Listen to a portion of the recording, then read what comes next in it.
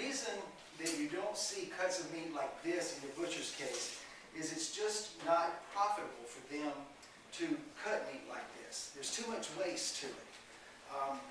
And it's also seems to me like depending on where you're buying it, $20 to $30 a pound, I don't want to buy the scraps and go home and throw them away either. And filet mignon really is one of my favorite things. It's probably my favorite steak and my favorite meal.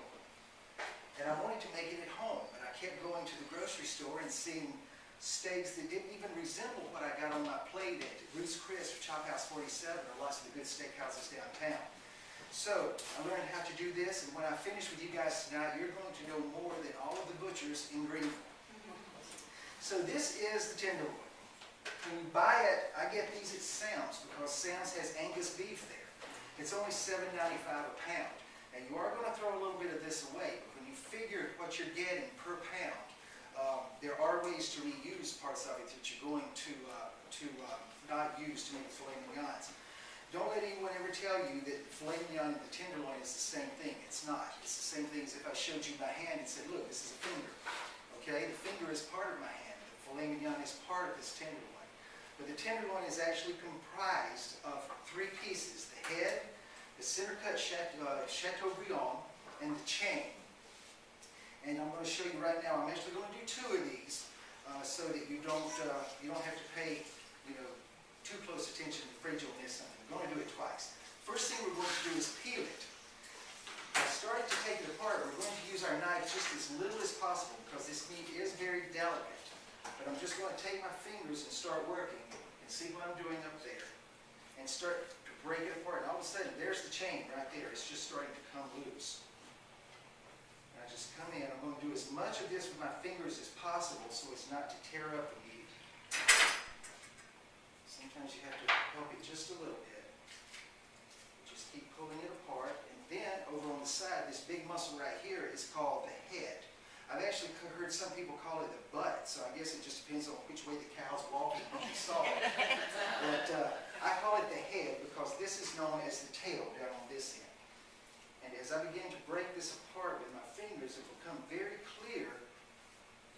Let me just take my knife and get a little bit of this out of the way here. It will become very clear as I step back. Now you can see pretty clearly. That's the three parts of the tenderloin. This is the head right here. This is the chain that I pulled off on the side. This is the Chateaubriand, or the center cut, coming down here. When you hear center cut filet mignon, that's a good thing. That means the person advertising it knows what they're talking about. Because it's not center cut like from here. It's from here. It's the center. So we're going to finish removing this chain. There'll be some more of that under there in a little bit, I would imagine. Usually get a good bit. Now, there's not a lot to do with this. This is a lot of gristle, a lot of fat, and a lot of stringy meat. And when you buy one at the grocery store, it's always got that little piece hanging on the side. You've seen it. When you buy your little fillets, and there's a little piece you usually pop off and throw in the garbage for $30 a pound in some places. But if you really don't want to waste it, you can take your time and trim in and get the meat that's in here out, and you can use it for something like a stir fry. You could make a Philly cheesesteak out of it. You could even take it along with the head if you wanted to and grind it and make hamburger meat. You don't even need a grinder to do it. You can use your food processor and just pulse it 10 times. It makes a very nice chopped beef patty. But enough about that. Tonight we're just going to do that and move it to the side. Now the head, on the other hand, you should always keep because it makes a lovely little roast. It's not as good as the center cut meat, which is the filet mignon. But if we took this and really trimmed it, got the fat off of it, that makes a beautiful little roast for lunch one day. It's a tenderloin roast. So we'll still at this point. Now what we've got to do is get through some of this top layer. And would you go and just lift that for me, please, so I can peek at the soup? And I got my hands full. It's all right. I missed my foot. So again, peeling. Thank you. Would you just cover it back up, please? I appreciate it. It looks perfect. Peeling as much of this as I can get away with without using my knife. Because the meat is very, very fragile, very tender. And until I can really see what I'm doing under all this outer layer of fat, I don't want to take the chance of ruining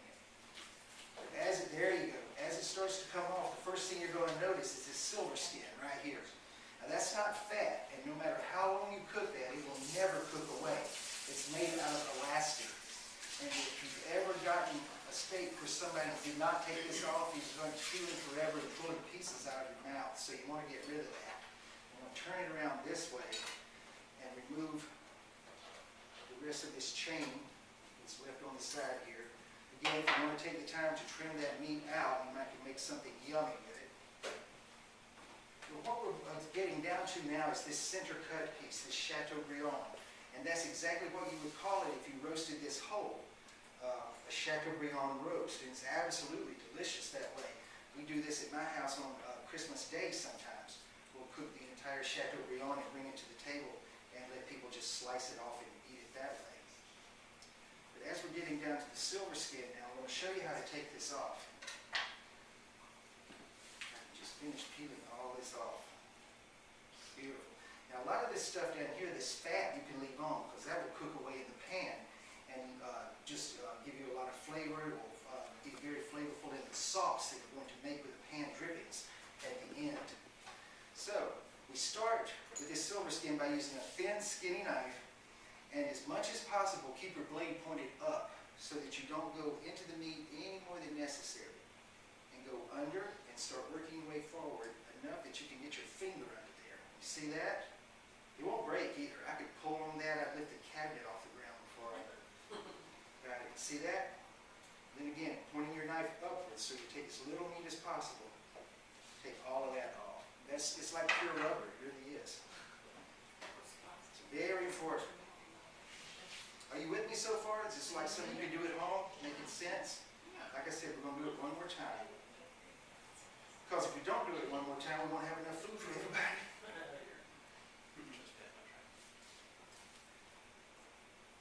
And it's kind of fun, you know, being your own butcher, doing your own meat.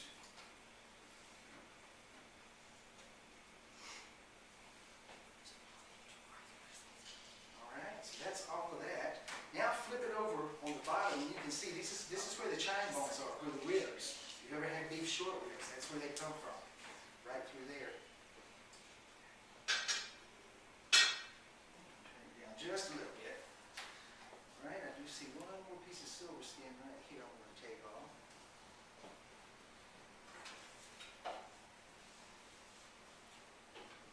Actually, I'm just going to take off too.